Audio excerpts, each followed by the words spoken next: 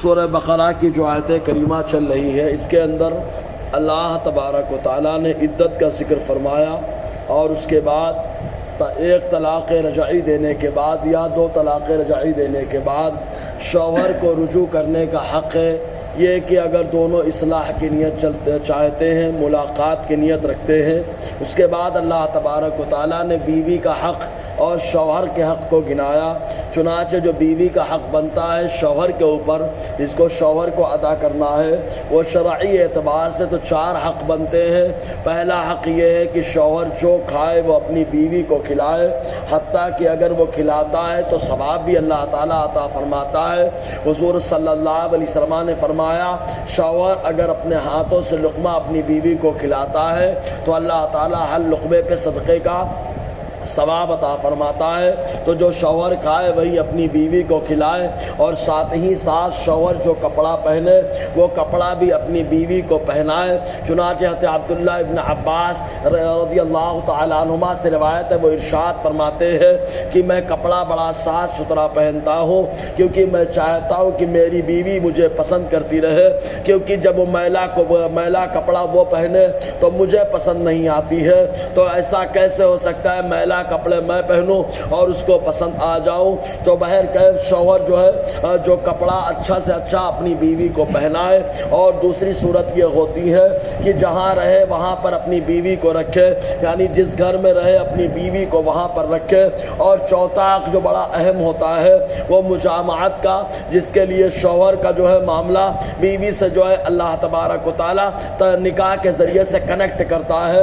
وہ کنیکشن جو ہے معاملہ عام طور سے مجامعت سے ہی ایک دوسرے کو سکون ملتا ہے، تو ایک مرتبہ جو ہے کم سے کم مجامعت کرنا یہ ضروری ہوتا ہے تاکہ فتنے کا دروازہ نہ کھلے۔ اور اس کے ساتھ ساتھ اگر وہ 4 مہینے میں ایک بار کرے تو یہ بھی ضروری ہے، جیسا کہ حضرت عمر رضی اللہ تعالی عنہ نے حکم دے رکھا تھا ہر عامل کو کہ جہاں کہیں رہے تو 4 مہینے میں وہ اپنے گھر ضرور واپس چلا جائے۔ اور اس کے ساتھ ساتھ مستحبات کے معاملات آتے ہیں، تو حدیث پاک میں آیا جو شب جمعہ کو اپنی بیوی سے ملاقات کرتا ہے اللہ تعالیٰ اس کو ڈبل ثواب عطا فرماتا ہے۔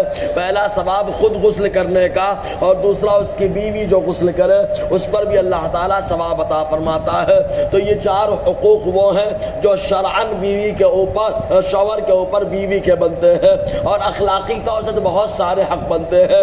اخلاقاً یہ بھی ہے کہ شوہر باہر کمانے جاتا ہے تو اخلاقاً بیوی کھانا بنا کر کے رکھ دے، شوہر باہر سے آتا ہے تو اخلاقاً اس کو جب سامنے کھانا نکال کر پیش کر دے، اور اخلاقاً یہ بھی حق بنتا ہے کہ شوہر کے کپڑے کو دھو دے، اخلاقاً یہ بھی حق بنتا ہے کہ شوہر کا ضرورت کی مقدار جو ہے گھر میں مدد کر دے، یہ اخلاقاً حق بنتے ہیں۔ بہرکیف اس کے علاوہ بیوی کے اوپر اور بھی جو بیوی کے اوپر شوہر کے حقوق بنتے ہیں، ان حقوق میں سے کچھ حق یہ ہے کہ شوہر کی اجازت کے بغیر گھر سے باہر نہ نکلے، اور دوسرا حق یہ بنتا ہے کہ بغیر شوہر کی اجازت کے کسی کو گھر کے اندر آنے نہ دے۔ اور اس کے ساتھ ساتھ اور بہت سارے معاملات ہوتے ہیں جن کے اوپر شوہر کی رعایت کرنا، شوہر کا حق ادا کرنا بیوی کے اوپر واجب ہو جاتا ہے۔ اسی کو حضور صلی اللہ علیہ وسلم نے ایک حدیث میں بڑے عظیم الشان انداز میں یوں بیان فرمایا، آقا فرماتے اگر میں حکم دیتا کہ وہ کسی کو سجدہ کرے تو میں عورتوں کو حکم دیتا کہ وہ اپنے شوہروں کو سجدہ کرے۔ تو اللہ تبارک و تعالیٰ اسی تعلق سے قرآن مقدس میں ارشاد فرماتا ہے، رب فرماتا ہے وَلَهُنَّ، اور بیوی کے لیے حقوق ہیں مِثْلُ الَّذِينَ عَلَيْهِنَّ، اسی کی طرح جو حقوق شوہر کے ہیں، بالمعروف، بھلائی کے ساتھ، کہ بھلائی اور محبت کے ساتھ ایک دوسرے کے حق ادا کرے۔ وَلِلرِّجَالِ عَلَيْهِنَّ دَرَجَةٌ، اور شوہروں کا ان کے اوپر ایک درجہ فضیلت ہے۔ شوہر کو فضیلت کیوں دی اللہ تعالیٰ نے؟ اس کی وجہ یہ ہے کہ شوہر جو ہے ہمیشہ اللہ تعالیٰ کی عبادت کر سکتا ہے، لیکن بیوی ہمیشہ نہیں کر سکتی ہے۔ کیوں؟